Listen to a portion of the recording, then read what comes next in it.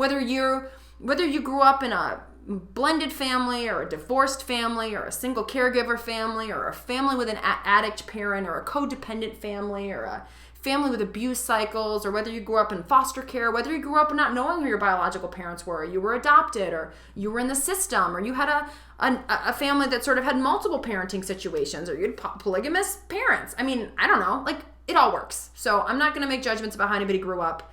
You grew up, shit happened, and now we're just going to focus on the communication patterns that you established in that family, irrelevant of whether your family is considered normal or not, because there are no normal families. So when we talk about family, you choose whichever group of individuals, living or dead, has had the most influence in shaping you, and that's what we're going to call your family, Family, for the purposes of like talking about how your family has conditioned you to behave. All right, family communication patterns. All right, so I love my models. There are two tensions, right? So there's an axis, and then there's an axis, right? You got your x-axis or your horizontal axis, and you got your vertical axis. And there's two tensions, and one is your conversation orientation.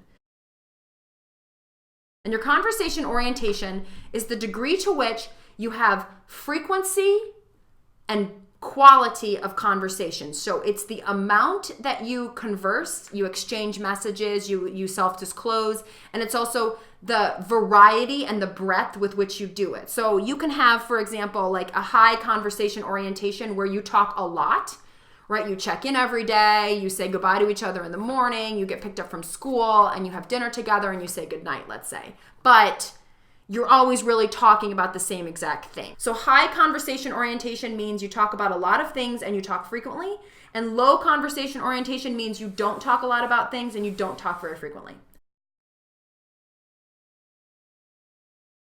And then on the straight vertical axis, you've got conformity orientation, and that's how much everyone has to agree on topics, like how well is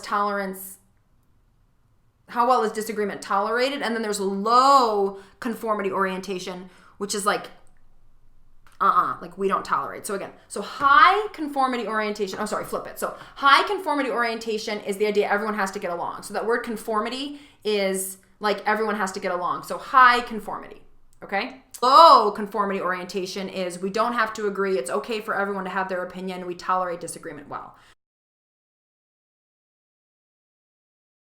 If you're high on conversation, so you have high conversation, and you have low conformity, so tolerance and disagreement is acceptable, then you have what we call a pluralistic family. Now, pluralistic families can be super great because everybody's doing their own thing and everyone's valuable and we're still connecting, or they can be awful because there's like just way too much chaos, way too much disagreement, way too much freedom. Pluralism is great in theory, but of course, it can go bad. Just like any one of these family styles can just kind of not work. So it's not the family communication pattern that decides whether it's well done. It's how the tensions there are managed. So that's pluralistic, high conversation, low conformity. Then we have high conversation, high conformity. So we're talking a lot about different subjects, but we have to get along. We don't really tolerate disagreement well. That's a consensual kind of family style, right? Like consensus. Again, maybe you were raised in a consensual family style and you loved it.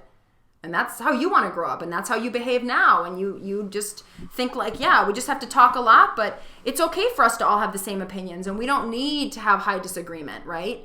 Then you have low conversation, right? So don't talk very much, don't have very much variety of topics.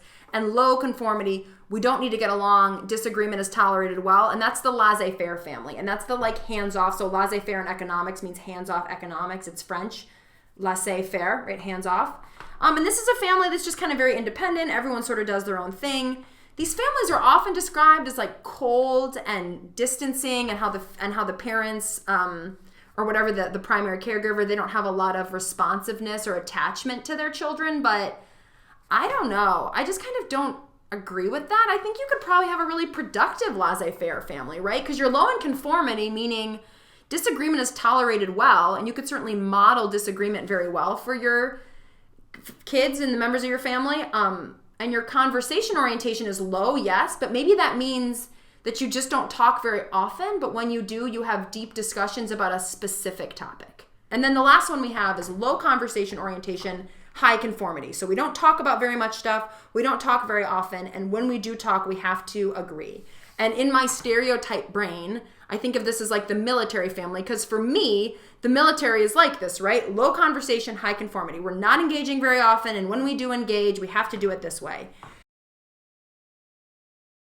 Pluralistic is going to be great for developing people who are highly autonomous and creative decision makers, but it's going to be terrible, like, I don't know, if you have to make a decision about something like very quickly. Like, are we going to vacate during Hurricane Katrina? Well, in a pluralistic family where everyone's sitting around arguing about it, you may be drowned before you get the fuck out, you know? But in a protective family, it's going to be like, nope, I'm making the decision. I'm the leader. You know, get your shit, we're going. No discussion. And no one's going to push back. So again, strengths and weaknesses.